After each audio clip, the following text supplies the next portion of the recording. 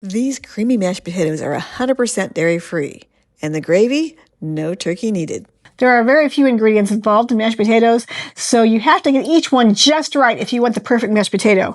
We're starting with a russet potato. This is going to get you the fluffiest mashed potato. You don't want to use a waxy potato like a red potato or white potato. So let's peel about 1/2 pound of potatoes per person.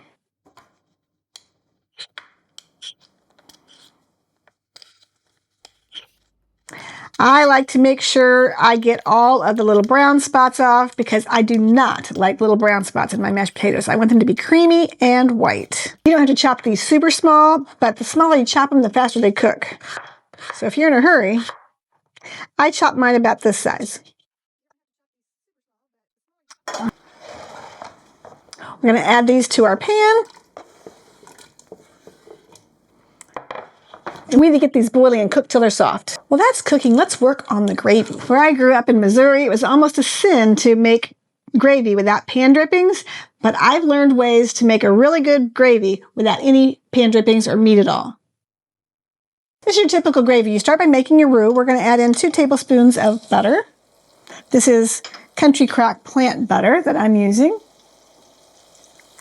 And to that, I'm going to add in 2 tablespoons of flour. That butter kind of takes the place of the pan drippings. And now we're just mixing together our fat and our flour. And we want this to slightly brown to give it some good flavor and to cook off that flour taste. And then I'm going to add in some no-chicken broth powder and some nutritional yeast flakes. And also a little bit of just regular poultry seasoning. This is the kind of poultry seasoning I'm using. Okay, we get those seasonings cooked just briefly, and then I'm going to add in the water. If you didn't have the chicken broth powder, you could use vegetable broth here. But we're going to put in a little bit at a time, and we want to keep stirring slowly so that we don't end up with lumps.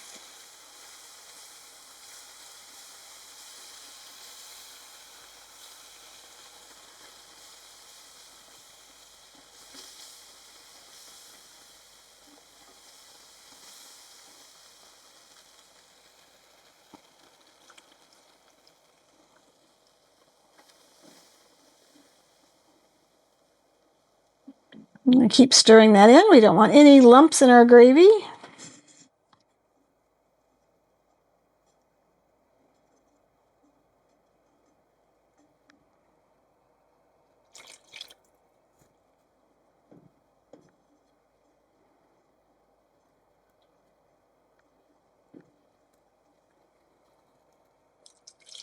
And there it is. We need to cook this down, let it start bubbling and condense a little bit, and it'll get nice and thick. So when you're mashing potatoes, it's important that they almost fall apart when you poke them with a fork. These look perfect. So let's drain them and get the mashing. I drained all the water off the potatoes and put them in this bowl. I typically will just mash them right in the pan, but I wanted you to be able to see with the glass bowl. So into our bowl, we're going to add a couple tablespoons of plant butter. I'm using Country Crock. We're going to add a little bit of salt. We'll do that to taste. I am using some dairy-free heavy whipping cream just to add the creaminess. If you can't find something like this and you have to use a regular almond milk or something like that, you could use a tablespoon or 2 of dairy-free sour cream to give it a little bit more thickness. One very important tool you need when getting a good fluffy mashed potato is a hand mixer like this. If you were to mash these by hand, you could get them mashed and nice, and they'll taste good, but they won't be quite as fluffy.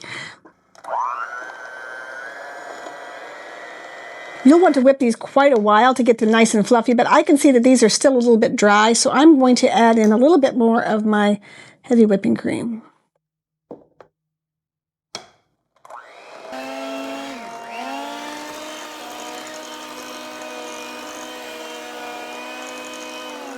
To be honest, when I make regular mashed potatoes, I don't use as much heavy whipping cream. I'll just go ahead and use the plain milk and not so much butter. But because I'm serving this to a whole bunch of people of all different tastes and eating categories, I want to make sure that they're really satisfied. The last thing you want to do is mess up the mashed potatoes at Thanksgiving. So make sure they have plenty of good healthy fats in there. These are looking really good. That's a perfect mashed potato.